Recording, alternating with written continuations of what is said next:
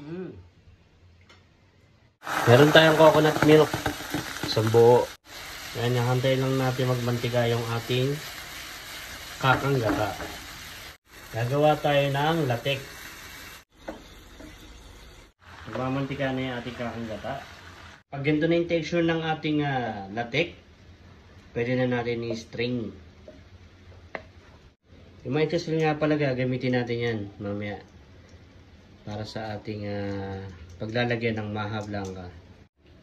Gagawin na natin yung ating maha blanca mixture. 1 cup of water, whole corn. Hintayin lang natin kumulo bago natin ilagay yung coconut milk. Lagyan na natin sa kumukulong mais. 3 pakete ang gagamitin natin. Inar natin yung iba. Add na rin natin yung ating Alaska condensed milk. Maglalagay rin tayo ng pinch of salt. Yan, haluin lang natin ng mabuti.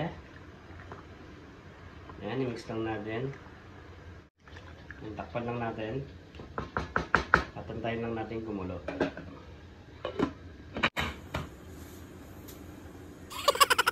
Pag kumulo na yung ating mixture, maglalagay na tayo ng slurry. Ang composition ng slurry natin is water and cornstarch.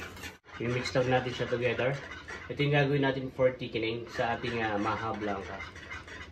Hinti lang natin yung ating paglagay ng cornstarch until ma-reach natin yung ating tamang texture ng maha blanca. Yan, dapat continuous lang yung paghahalo para walang lumps, walang bubo. At ihinaan lang po natin yung ating apoy. Okay mga Team Chef Chris, pag kulang pa sa tamis, maglalagay lang tayo ng white sugar. Kapag ganito na texture ng ating maha blanca mixture, pwede na natin i-add yung ating Eden cheese na hiniwa natin sa cubes.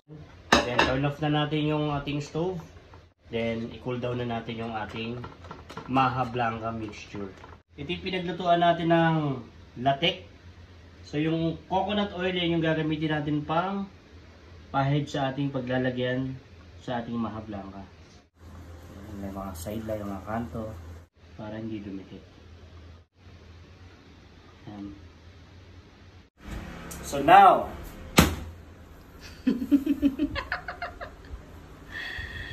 so lalagyan na natin yung ating maha blanca mixture sa ating pan.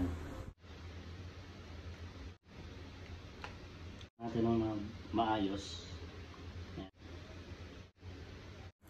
Okay. Then shake lang natin. Let's go, baby.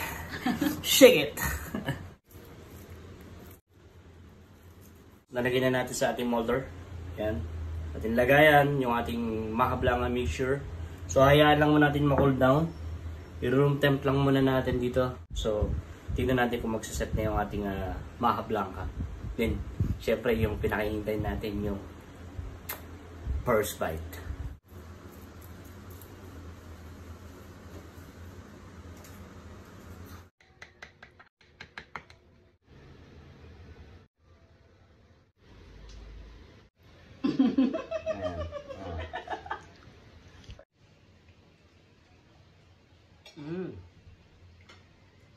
Cheers.